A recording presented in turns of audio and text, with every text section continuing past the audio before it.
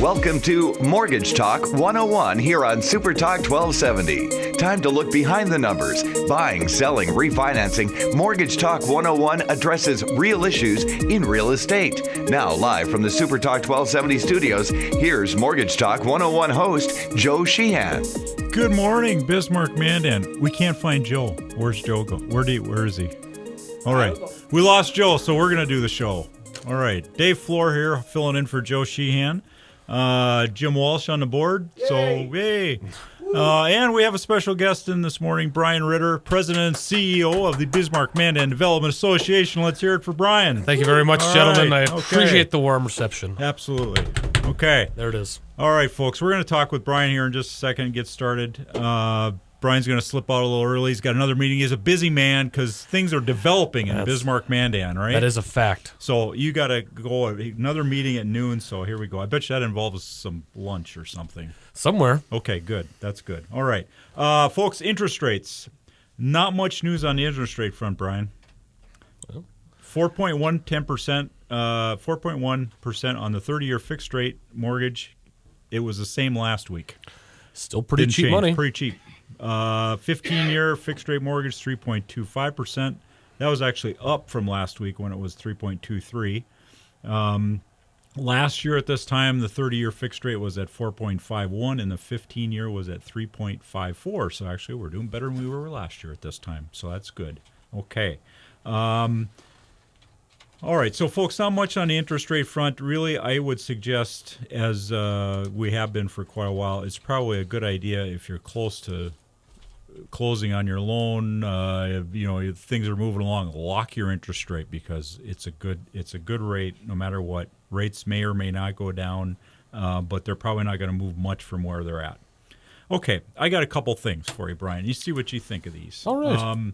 This is from our friend Elliot Eisenberg at Econ70, graphsandlaughs.net. Elliot reports today that in 2013, North Dakota had the largest rise in gross state product, a staggering 9.7%. That was followed by Wyoming at 7.8%, West Virginia, then Oklahoma and Idaho. All but Idaho are energy-rich states. There's a theme there for the rest of the country to think about. Idaho has potatoes. Idaho's got the potatoes, so they're doing the food thing. Okay, along with us. We got food here, too. Although we have a problem getting it to market here, maybe, with the rail cars. But now the worst performing state was Arkansas, which contracted by 2.5%. That was followed by D.C., okay, Maryland, which had no growth, Virginia, and then Pennsylvania. Okay. So there is a theme there. Energy and agriculture. Two things we do very well here in North Dakota. And the other theme is, Arkansas, I don't know what happened there. Is that a slowdown at Branson or something? Walmart must have had a tough year. Yeah, or slowdown at Branson? No, that's in Missouri, isn't it? Branson's Missouri, but Walmart's based in Arkansas, so maybe. Okay. D.C. shrunk, okay, Blame it and on Maryland. The Clintons. I think D.C. shrinking and Maryland had no growth. In Virginia, I think we can blame that all on the politicians, can't we? You can make a good run at it. They don't produce anything. Okay, all right. Now, second thing, I found this was just kind of fun. This came from Elliot last Friday. When was the last time the Republicans won the White House without the name Nixon or Bush appearing on the ticket? Eisenhower? Okay. What year was it? 52. Okay. Jim, what do you think? 64. Okay. The last time the Republicans won the White House without the name Nixon or Bush appearing on a ticket was in 1928. 86 years ago. Herbert Hoover won with Charles Curtis as his vice president. For this reason, Elliott suggested Florida ex-Governor Jeb Bush seriously consider selecting Missouri Governor Jay Nixon as his running mate. A Bush-Nixon ticket is a match made in Republican political heaven. Up until about 2 weeks ago, right, with what happened in Ferguson, Mr. Nixon probably isn't somebody you want on your ticket. Not at this point. Yeah. Okay. Let's talk about Bismarck-Mandan. Brian Ritter, President, CEO, Bismarck-Mandan Development Association. We were talking just before the show, Brian, about people moving to North Dakota and the impressions that you get from them. Mm-hmm. Now, Jim's a transplant. I grew up in North Dakota. I'm not originally from Bismarck, but I grew up here, and like I told you, I've lived here longer than I have anywhere else. So I kind of feel like a native. It makes you local by default. Yeah.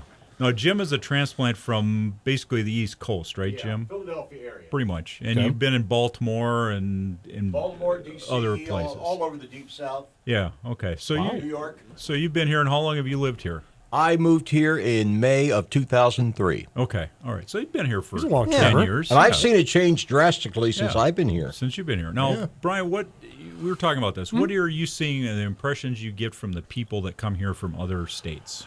Well, as someone who is born and raised in this community, I've got a certain perception of what things are like in Bismarck and Mandan. And in my eyes, this is absolutely the greatest place in the world if you want someone to live, if you want a place to raise a family, start a business. I think you can't do any better than you can do here in Bismarck-Mandan. Yeah. Good place to raise the family. No, certainly. Absolutely. Now, Have a house. as you look at the way Bismarck-Mandan's changing, and you look at the way the community is growing, certainly we're bringing people from outside the area into Bismarck and Mandan. That's a great thing. That's an absolutely great thing for this community to have new blood, new ideas, new thoughts, and to become part of the community's collective. Now, as part of my job, I'm always fond of asking people, now, what are your impressions? What do you miss? What do you wish we had? What do you wish we did differently? Things like that. And there are some commonalities. Certainly, no one likes winter. But it's not a big deal. I think for the most part, when people move to Bismarck-Mandan, you know what you're getting. Yeah. This isn't Palm Beach. Yeah. This isn't Florida. So you're Yeah. not expecting. So you're expecting some weather. Yeah. So I don't see the weather as being a deterrent for people as they come to the community.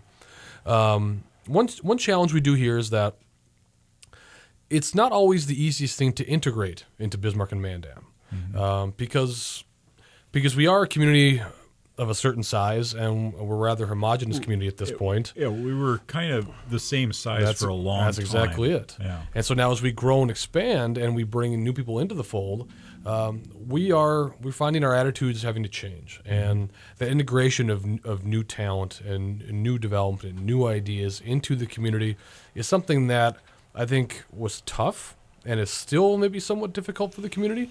But I will tell you, it's getting better. I truly believe it's getting better. As the community grows into a new size, we're embracing new ideas because we have new challenges. And so having transplants, if you will, come to the community, that's a good thing. And we want more people to come and join us here in Bismarck and Mandan because we certainly have the opportunity for them. Yes, absolutely. I can vouch for the weather thing. We had friends that lived here, and they moved to Arizona. This was a few years ago. They lived there, I believe, 3 years, and they moved back. And they said the heat down there was worse to deal with than the cold here. So because you can put clothes on here, and you're warm. You can't take all your clothes off in Arizona. Can't take them off. It's not socially acceptable. Yeah, and so they said it was really not that bad, and really it's only maybe super cold for a short period of time here. Oh, certainly. It's not like it's 30 below for 6 months. No. And actually kind of refreshing at times, the cool fall days. It's a change of pace. What else we hear, the other things that we hear, some of the commonalities is that what people notice about the community is it's our support for our own businesses. When you look around at Mandan and Bismarck, we're very blessed and fortunate in the regard that we have a lot of small, locally owned, you call them mom and pop shops, if you will. And that adds personality. That gives your community a certain feel and a certain flavor and a certain personality that people find attractive, that people like to see. You don't want to be able to go to the same place in Bismarck-Mandan as you is in Fargo-Moorhead, Minneapolis, St. Paul, or anywhere else. Yeah. That local flavor gives us that personality that I think people find appealing and hopefully will keep as we continue to grow. Okay, when we come back, we will continue this discussion with Brian, and we are doing a Jimmy Buffett Day. Yeah. All right, it's Labor Day coming up. It's cheeseburgers in paradise and Margaritavilles and all that good stuff come Monday. Okay.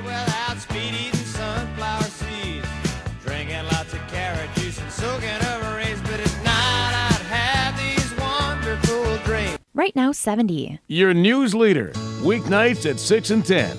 Super Talk 1270.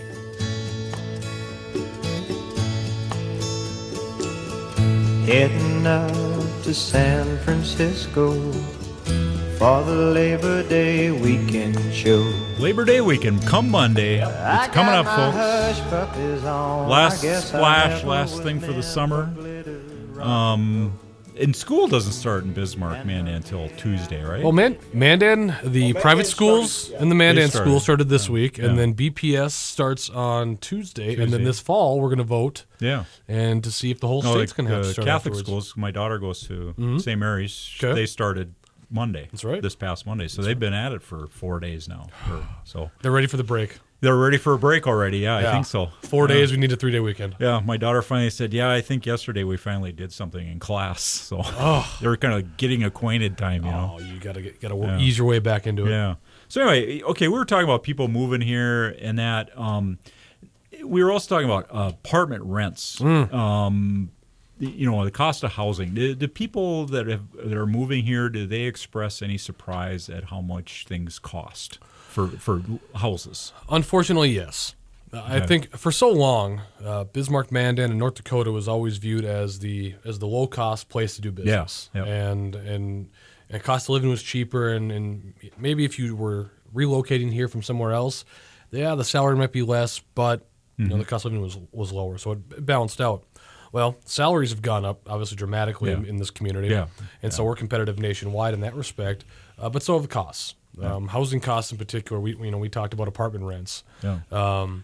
In Bismarck and Mandan now, it's not uncommon to see, especially new construction, 3-bedroom apartments somewhere between $1,200 and $1,500 per month. Yeah. That's something that we've never seen in the community before. Yeah. When it comes to existing homes, single-family homes, I believe the average sale price in July of 2014 for existing home sales was somewhere in the $245 to $250 range. Yep. New construction. The thing we hear most about new construction in terms of cost is the lot price. Yeah, It's not so much the actual construction of the home. It's the lot price. Now, having said all of that, Dave, I think it's getting better. Yeah, I agree. I think we're getting better because remember, the housing market is just that. It's a market. It's a function of supply and demand. The demand is there, and based on everything that we're seeing, heading out of this building season into the 2015 season, is that it's going to be just as busy, if not busier, than this year. Yeah. So the demand is going to be there. Yes.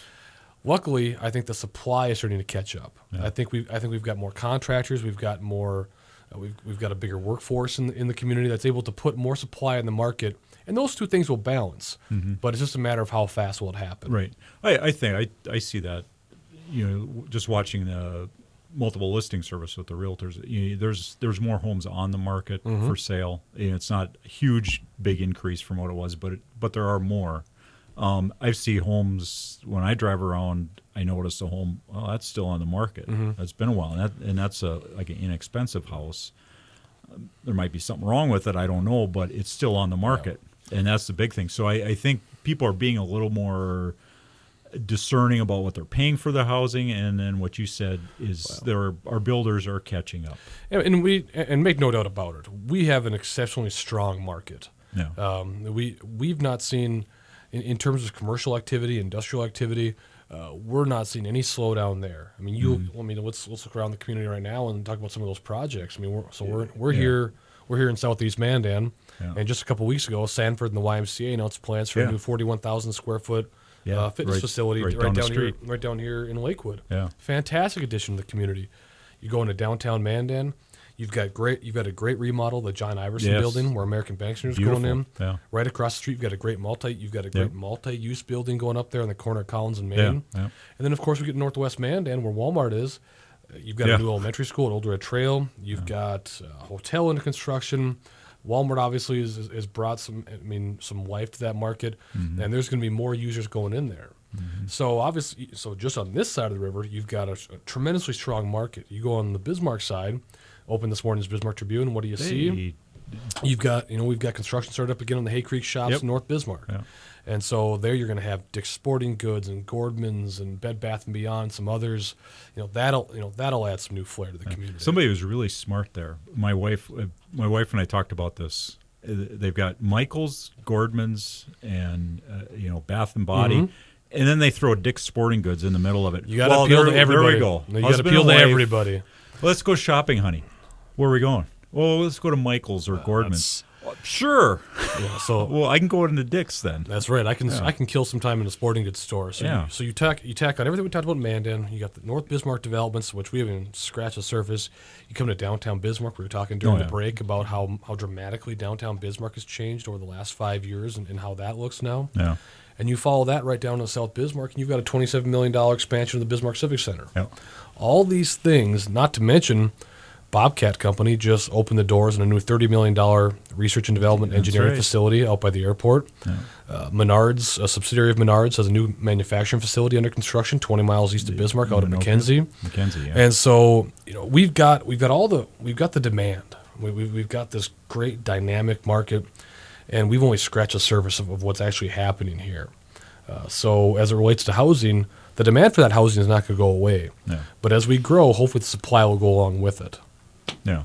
Other things that are going on. Did the city, they just sold some of the land down by the Oh, certainly. MPCC Yep. to another company, Yeah, right? yeah. The Northern Plains Commerce Center is a 243-acre industrial park that is rail served that the city developed back in 2005, 2006. And we've had some great projects out there. As you mentioned, Dave, the city commission just approved a land sale on Tuesday night for about 11 acres to a company called Tubular Transport and Logistics. TTL is a pipe company that takes pipe, downhole pipe that's used in oil wells. They bring that pipe into Bismarck-Mandan. They stack it, they sort it, they get it ready for shipment, and then it goes up in the oil patch. Okay. This 11-acre sale will be an expansion of that company. We just talked about Bobcat. Bobcat owns 35 acres out there now, and they just cut the ribbon on a $30 million investment. Yeah. That'll bring new engineers, new product testers from all over the world. This will be their North American headquarters for research and development, testing engineers. That's awesome. A great thing. Awesome.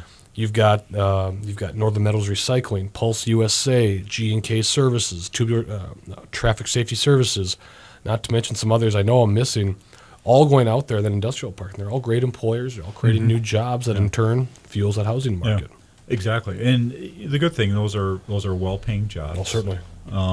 Which just, when you let the market works, you bring in these good-paying jobs, that creates other jobs for service workers, et cetera, that are actually good-paying jobs today also. Well, certainly. I think if you and once that housing market kind of steadies itself, and we have those rents maybe moderate or come down a little bit, everybody should be okay. We're very lucky in that when we talk about the housing market, there are certainly market forces that we can't alter, that we're not going to change, but we can put our market in a position to be successful, and that starts. Certainly when we talk about housing, if you take it all the way to the bottom, all the way to the base layer, you get to infrastructure.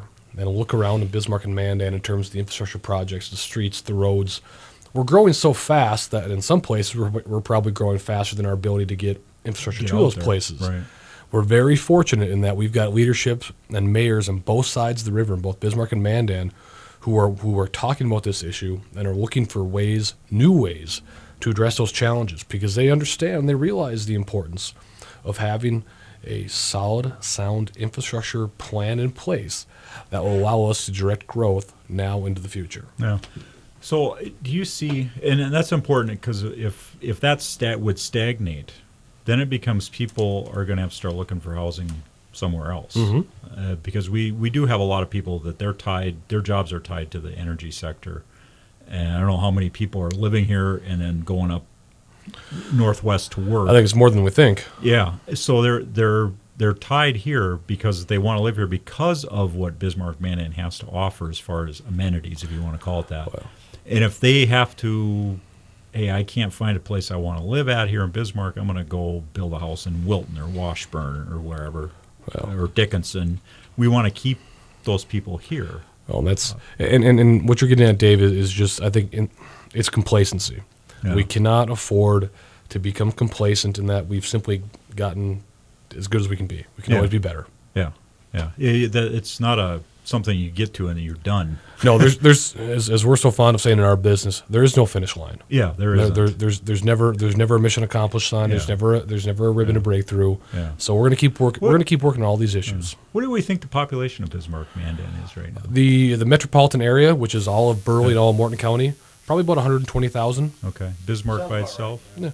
Bismarck by itself, probably 70, something like Okay. 70, low 70, something like that. Somebody was asking me this because I was in Fargo and we were talking about this. So, okay.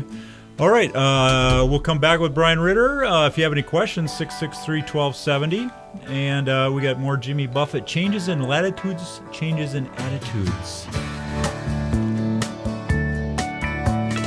I took off for a weekend last month just to try and recall the whole year. Right now, 70. You're never more than a few minutes from a weather update here on Super Talk 1270. Can't you feel 'em circling, honey? Can't you feel 'em swimming around? You got fins to the left, fins to the right, and you're the only bait in town. All right. More Jimmy Buffett. Go out and fish. Get some fins this weekend, to the left and to the right, right? Okay.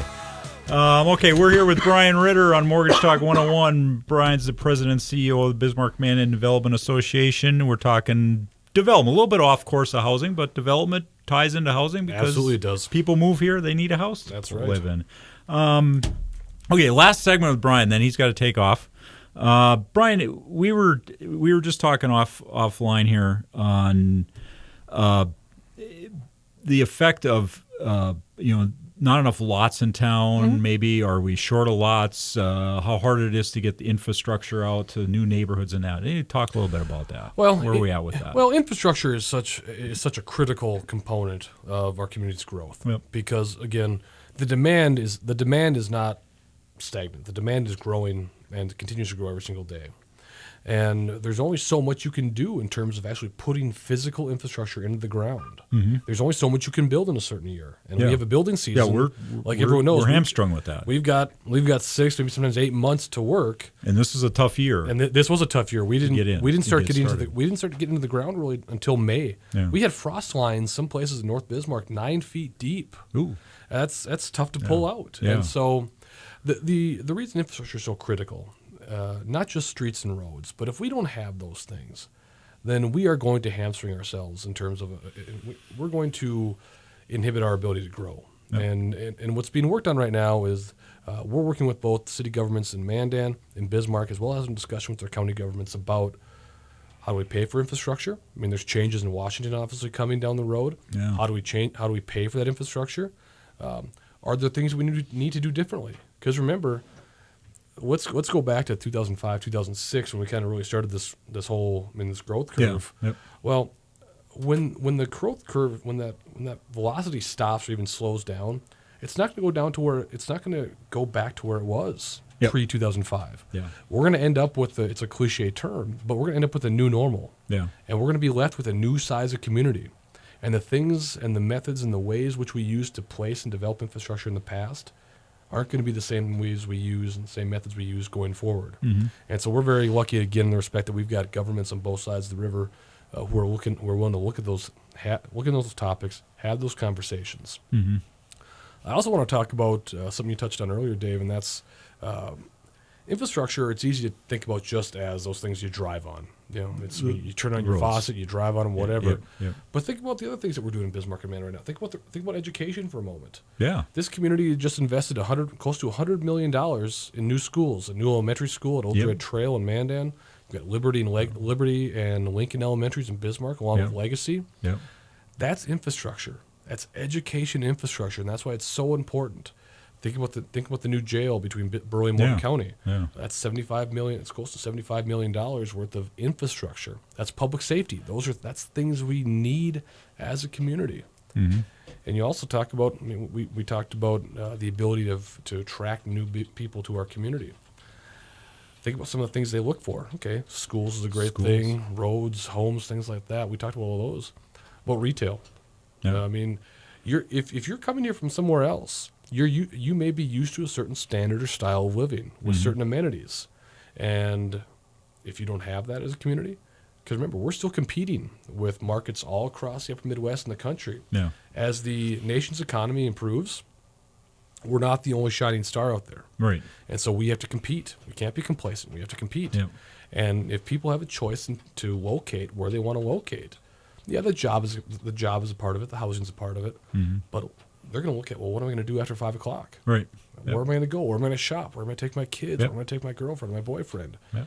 Retail's a part of that. And luckily, we've got a lot of that here, and we've got more coming. Yeah. So, one thing I think is really cool in Bismarck, and it's similar to what Fargo has with the Fargo Theater, but we have the Bell and we've got the Civic Center right downtown. And we have there's a lot of activity at those two places, more than what some people probably think there is as far as concerts go and plays or whatever. Right.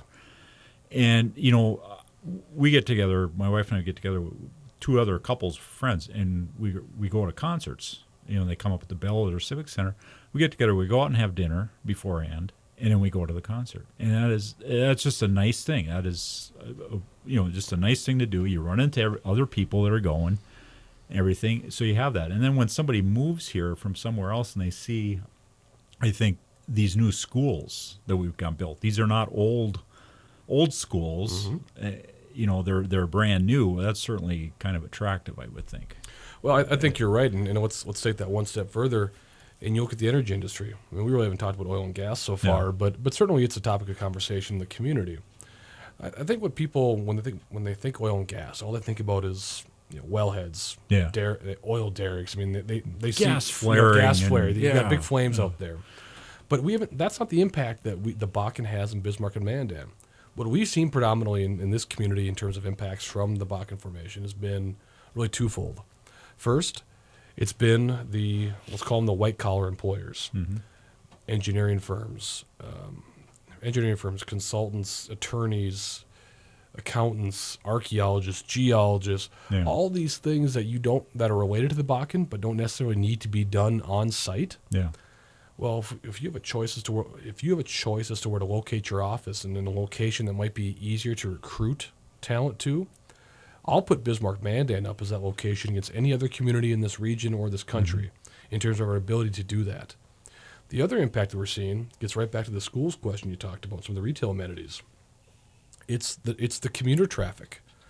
Go back 2 generations in this community, and how many people do you know your entire life have been driving up to the mines, up to Buell and Hayes and Senator Stanton every single morning? I have friends. Yep. Everyone knows them. Yep. We've had a commuter base in this community before. Now, because of the Bakken and the way the shifts work in the Bakken, you still have that ability, even though it's 3 hours away or 2 hours away, you still have that ability to locate here, drive, and head up there. Yeah. If we have those amenities in place, that infrastructure in place, people will continue to come here and do that. I think you're seeing that in our increase in school enrollments. Yeah. I agree. I mean, we've got that edge over, say, Minot and Dickinson and Williston, and we'll absolutely use every advantage we can because those are the impacts we're seeing. We're talking local here, so that's right. We got a little parochial that way. Yeah. Keep it local. That's Everybody right. live here. That's right. Yeah. We'll take everyone. And talk about commuting times. And we were talking about this earlier. You live on the south side. Oh, yes. And you talk about going to, all the way to we'll plug them, Ruby Tuesday on the north. That's a long ways. And you said it takes you 10 minutes, but boy, it seems like it's so far. It's part of that. It all goes back to that infrastructure conversation because our streets and roads were built to accommodate certain amounts of traffic. Right. Yeah. And all of a sudden now our population goes from, in Burley and Morton, 94,000 roughly in 2000 to about 120 now. That's a lot more cars in the road. You have to think about which streets to take. Do you take Washington? No, bad time of the day. Well, and it's one of those considerations that as we grow, when this growth plateaus, 'cause it's not going to stop, Dave. I mean, I think everyone understands the growth isn't going to stop. But if it moderates or even plateaus a little bit, again, we're not going to go back to where this community was in the 90s or the 80s. Yeah. It's going to be a new Bismarck-Mandan. And commute times, commute patterns, those are going to be things that we have to get used to and take into consideration as we go through our day-to-days.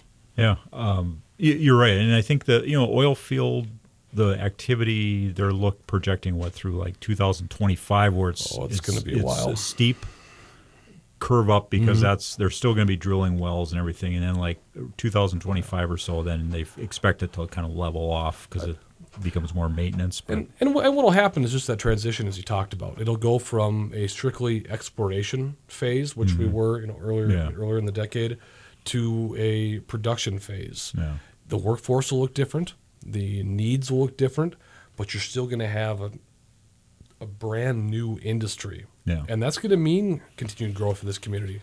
And it might even be to our advantage, because think about this, because now all of a sudden, if we're in a production phase and we don't have to, we've been told by so many oil field service companies who won't locate in Bismarck-Mandan, we've been told so many times, well, I have to be within an hour of the site. Okay. I have to be located within an hour of that wellhead or that site. Well, if we get away from that, we're popping new holes and we're just doing exploration, we get to a more of a production phase, and it's pipelines and transportation, those things. That may be to our favor, because all of a sudden maybe you don't need to be on that site for all those things. You can do it in other parts of the state. Okay. And then I think we'll be well positioned to take on that role because of where we're at. Okay, sure. Yeah, I mean, I can monitor things from here versus Absolutely, Williston or wherever. And guess what? It's still. I just had this conversation this morning with a local energy company. It's still only a day's drive. Yeah. Let's say you have to go out there. Let's say you have to make a run out to a well, or you have to make a run out to the Bakken.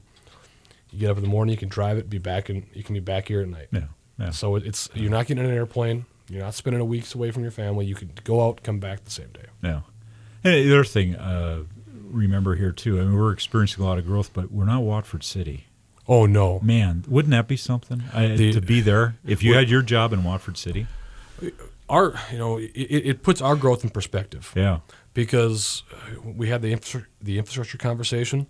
Well, I think Bismarck-Mandan was the best positioned community to accommodate the influx of population. Yeah, sure, certainly. Because we had we had the healthcare services, the social services, the education services to take on growth like this. Yeah. So lucky. All right, Brian, thanks so much for coming in today. Thanks for having me, Dave. I appreciate it. All right, we will talk to you again later. Thank you much, Thanks, sir. everybody. All right, we'll come back with our last segment. Jim and I will take over.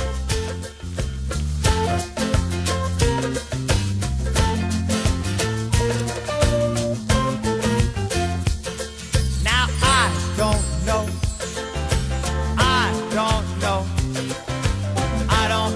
where I'm gonna go when the volcano blows. Right now, 70. Get the traffic and weather information you need anytime on Super Talk 1270 and online at supertalk1270.com. But I don't want to land in New York City. I don't want to land in Mexico. I don't want to land on no 3 Mile Island. I don't want to see my skin glow. Volcano. Yeah, let's blow it up. All right, we're going to blow it up here on Mortgage Talk 101. Our last segment. Thank Brian Ritter again for sitting in and joining us this morning to talk about development in the Bismarck-Mandan area. Mm-hmm. That was interesting stuff, as always, from Brian. Dave Flohr here sitting in for Mr. Joe Sheehan, who's out working. I know Joe is working for a fact, Jim. So. Oh, okay. All right. Let's see. Let's do from our friend Michael Higley at By the Numbers. Let's go through some of that here. Jim, did you know the disability program through Social Security has the number of Americans receiving disability payments through Social Security has increased from 2.9 million in 1980 to 11 million in 2013. Okay. Congress expanded the program in 1984. They expanded it in ways Americans could qualify for the disability payments, shifting from a list of specific injuries to a more general review of an individual's capacity to work, whatever that means, I guess. I have no idea what it means. That's I'm college educated. That's maybe a little scary. I don't know if that's a good thing or not, but well, with Social Security, of course, the big question is solvency. Yeah, how long can it hold up, given the situation with the flux in the demographics? Yeah. All right. Okay. Now here we got another one. Earning twice as much in the USA. Do you want to know why our interest rates keep staying low? Do tell. Okay. This is possibly one reason. Bond buyers in 18 countries that make up the Eurozone. That's countries that use the euro as their common currency, could invest in the 10-year German Bund. Had a 0.98% yield as of last Friday. Or they could choose to invest in the 10-year U.S. Treasury note that yielded 2.4% as of Friday. So if you had a choice, you're probably going to invest in the U.S. Treasury, right? If that's what you're looking for, comparing the two. So as more investors come into our market and buying our treasuries, and they're looking for better yields over here, which we are better than in the Eurozone, in other words, that's got more money chasing those bonds, those treasuries. That's going to drive down the price. I do like so bun that's cake keeping our though. You interest. mentioned the German bun. The German bund. Yeah. You like bundt cake? I like yeah. Is that a Not German with coconut. thing? I mean, some people put coconut on. I don't like German chocolate with the coconut. Is that a German thing? The bundt cake? I believe it is. Is that a bun? Okay. Yeah, it sure sounds German. I guess it is. It must be. Well, It's we like got German schnitzel. bund, B-U-N-D, and then you just add the Yeah. T, and you've got a bundt cake. I mean, it's one of those German-sounding words like schnitzel. I mean, even if you knew nothing about schnitzel, you would assume it's German. Yeah. That must be German. Yeah. So anyway, I wonder where they come up with bund and then bunt, and it's the same word with a T on it, and how that relates to a bond versus a cake. Yeah. So, anyway, all right. Linguistics has never been my strong suit. Okay, now this one, Jim, we're in the wrong profession, darn it. Well, I know that. Do you know that? State employees in 39 of 50 U.S. states, who do you think the highest paid employee is? Here or in general? In those 39 of 50 U.S. states, who do you think the highest paid employees are? Probably the guy who coaches the football team at the big university. There you go. It's either the college basketball coach or the college football coach. Oh. One of the two. In 39 of 50 U.S. states, they're the highest Except paid. in Vermont, where it's the guy who coaches the hockey team at the big university. Yeah. Well, I don't know. Well, actually, here in North Dakota, I don't know if Hackstall at UND is paid more than was getting more than what's his name at NDSU. well, I know that this. The left. highest paid official in North Dakota is the guy, the chairman of the medical school. Yeah, at UND. Yeah, UND, That's yeah. right. Yeah. He's highest paid. But no, which he should be. As far as coaches, I don't know if Hackstall was making more than. I don't know. What I can't remember the guy's name at NDSU. I'm not anymore. privy He to left. that information. He left. Yeah. Anyway, he's not here anymore. They're making so- more than I am. I know that. I know that. Me too. Okay. All right. Let's see. What else we want to talk about? Goldilocks and the perfect FICO score. You know what the FICO score is, Jim? Not too hard, Okay, credit. not too soft. Oh, Yes, exactly. Credit score. Yeah. FICO score is your credit score. Okay. One of the things Fannie Mae posts, they do their quarterly earnings, and this is from an article from Forbes, actually. Netta Richardson wrote this. And what she did, when this comes out, she goes right to she doesn't look at the balance sheet or the profit and loss. She goes to the extra stuff that the companies have to look at. And she looked at Fannie Mae. And she went to the credit supplement, and it describes the characteristics of the mortgages that are purchased by Fannie Mae. So it's kind of the quality of the mortgages being originated in the whole country. Okay. So she looked at the FICO scores. And the FICO score, it's an indication of a borrower's creditworthiness. Scores range from 300 to 850. Historically, if you had a score above 640, you were considered a good risk by lenders, and you could get a loan with the best rates. Okay. Prior to 2005, the average FICO score of mortgages funded by Fannie Mae was 708. By 2007, around the time that the housing bubble popped, the average FICO score for Fannie Mae had fallen to 693. Okay, so a little bit of difference there. They were getting a little more lenient on their underwriting and stuff in the early 2000s, mid 2000s. Okay, but what's happened here is the mortgage defaults and the housing problems kind of taught everybody a lesson. But probably we learned our lesson too well. As short-learned lesson, no doubt. Yeah, but as the lending community here, we maybe learned our lesson too well, and Joe and I have talked about this before, that the pendulum has swung too far the other way. Well, here's kind of a example of that. The average FICO score in 2013 here for mortgages purchased by Fannie Mae climbed to its peak, actually in 2012, climbed its way to a peak of 759 in 2012. The average FICO score in the second quarter of 2014 had moderated down to 744. It swung, the credit pendulum had swung too far, but it's coming back really slow. Well, that's typical. It's like in a lot of fields, every big movement is a reaction to the one that came before. Yeah. No, things are getting a little bit better on that front, though. Okay. FICO, has this credit scoring system. They announced that they would reduce the impact of medical bills and collections that have been paid off.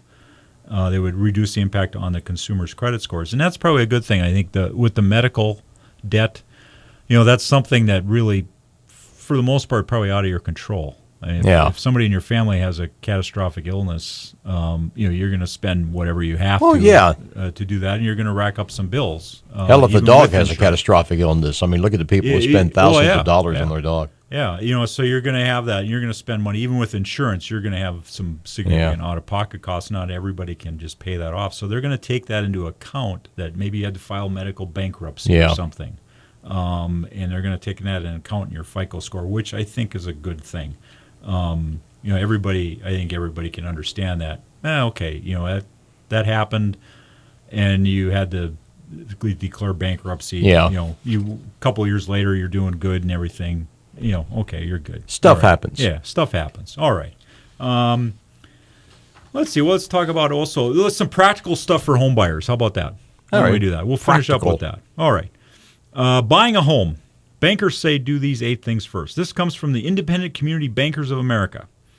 And they know that the credit standards have tightened up. So the independent community bankers are willing to help, as they say here. A little bit more so than the big banks are, maybe. But what the ICBA says prospective buyers should do to make the home buying process a little easier for themselves. First of all, earn and spend. Know your monthly income and budget, including how much you spend on rent, utilities, etc. Okay? Makes sense, right? Yeah. Okay. Talk about it. You should discuss your finances with a planner at a bank before you begin looking for a home. And that could be your loan officer. It's important to stay within your means when you're buying a home. Obviously, we talked about this here before all the time. You want to make sure you're spending within your means. Have a paper trail. You're gonna have to, when you come in and apply for a loan, you're gonna have to have your paperwork in order. Your W-2s, your paycheck stubs, tax returns, bank and investment statements, basically everything for the last 2 years. Is a good idea. Just have that paper trail, prepare for it. If you're not keeping that stuff now, and you're thinking about buying a home, start keeping it. What is your FICO score? We just talked about FICO score. Check your credit report. Find out what your credit report is. I noticed I have a Discover credit card.